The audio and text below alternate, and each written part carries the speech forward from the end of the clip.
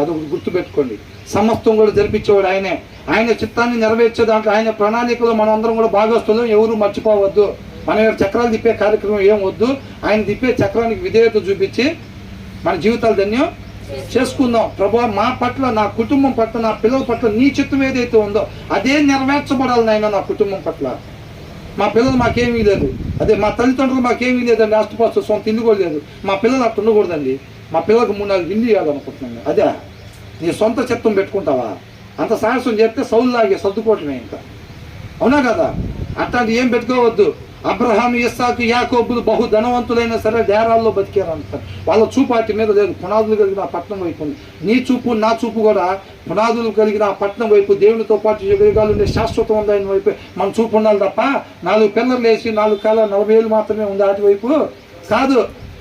ఏదో ఒక ఇల్లు కట్టించి పిల్లలకి అది ఇచ్చాను నీకు దిగులు లేకుండా. ఎన్ని సంవత్సరాలు ఉంటారు వాళ్ళు? ఎన్ని సంవత్సరాలు ఉంటారు? కొద్దిగా దేవుడు భూమి అంతా కందిచ్చాడంటే కింద మొత్తం సమాధి అయిపోతారు ఆడే, కట్టే పని కూడా లేకుండా. అవునా? తర్వాత ఏమంటున్నాడు? వారి హృదయంలో త్రిప్పెను, ఆయన తన సేవకుడైన మోషేను చూసారా. తర్వాత ఏం చేస్తున్నాడు?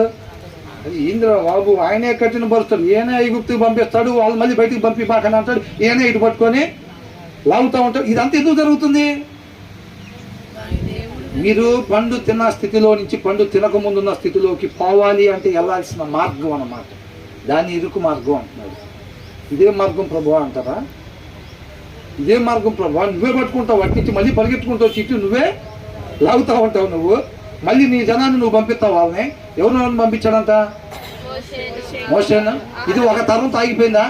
అసలు ఈ ప్రణాళిక భాగంలో అబ్రహాం అని ఆయన ఉన్నాడా? ఎవరికైతే మాట ఇచ్చాడు ఆయన ఉన్నాడు అసలు ముందు? ఆయన లేడు అసలు. ఆయన ఆల్రెడీ వెళ్ళిపోయాడు. ఈయన ప్రణాళిక ఆపాడా? ఈయన ప్రణాళికలు అబ్రహాం భాగస్తుడు అంతే.